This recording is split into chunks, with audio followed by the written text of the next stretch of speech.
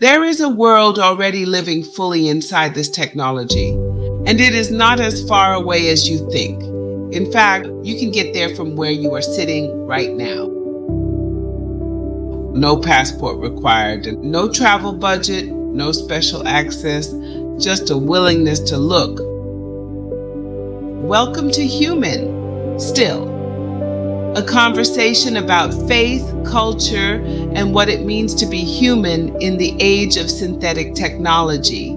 This is not a space for easy answers. It is a space for honest ones, and this conversation belongs to all of us, not just me. So before we go any further, take a moment, drop a comment, tell me where you are watching from, and tell me this, on a scale of honest to honest, how much have you personally explored what AI can actually do? I genuinely want to know. Deep wisdom in a fast world. Let's hear yours. Before we get into today's conversation, if you find value here, please like this video and share it with someone who needs to hear it. It helps this message reach more people, and it helps this channel grow. Now let's get into it.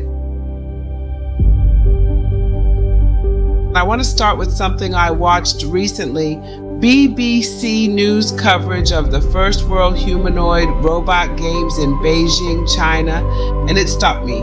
Not because it was shocking, because it was honest. What I saw were teenagers participating in an AI competition and not watching, not observing, competing, bringing their ideas and creations and presenting them with genuine excitement. They were rewarded monetarily for developing and applying AI in creative ways.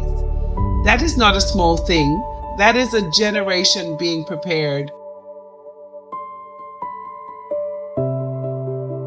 Then there was the track meet, not humans competing. Those who had built robotic creations brought them to be tested. Some were partially developed, human in appearance but robotic in function. Others were more advanced, all of them built by human hands, tested by human minds, improved through human participation. I remember sitting there watching that coverage and feeling something I want to be honest about. I felt like I was in two different worlds simultaneously, the world I was physically sitting in and the world on that screen. And I knew in that moment I needed to follow the trail.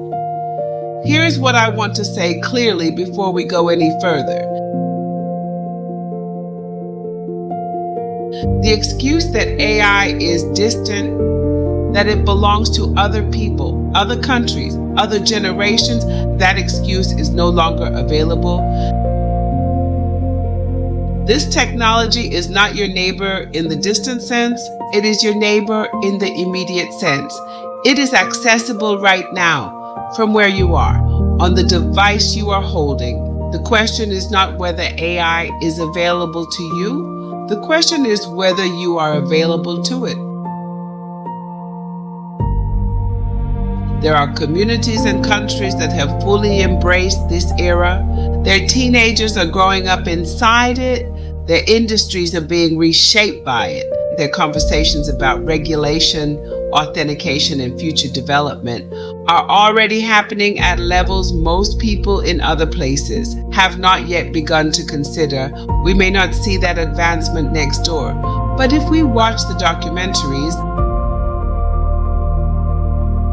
if we follow the technology news, if we pay attention to what is being built in other parts of this world, we would find that what feels distant today has a way of becoming our immediate reality tomorrow.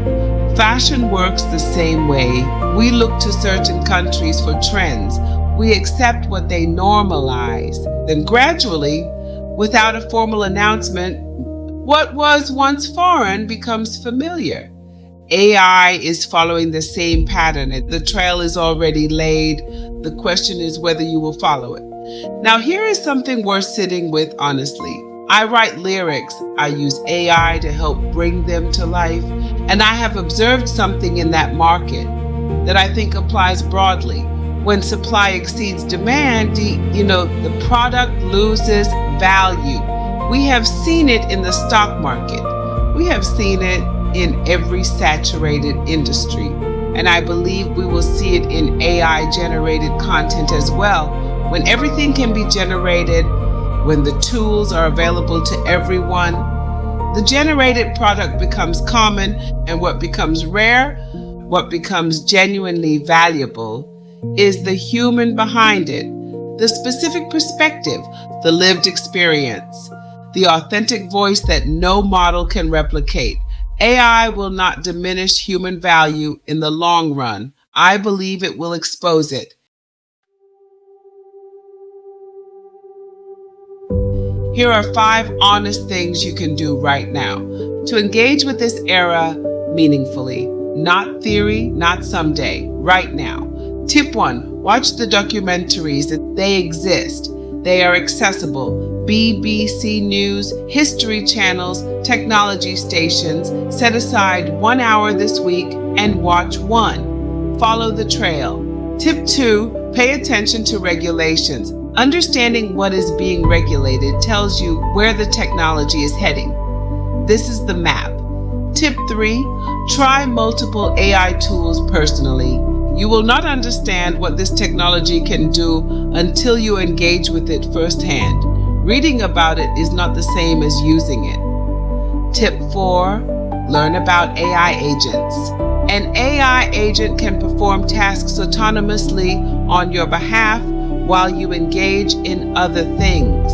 Understanding this changes how you think about your own time and capacity. Tip 5, study the prompt. The prompt is the language of this era. The clearer your thinking, the more powerful your results. This is a learnable skill. Start learning it today. Drop a comment below. Of the 5 tips I shared today, which one are you most likely to try this week? And what has been your biggest barrier to engaging with this technology so far?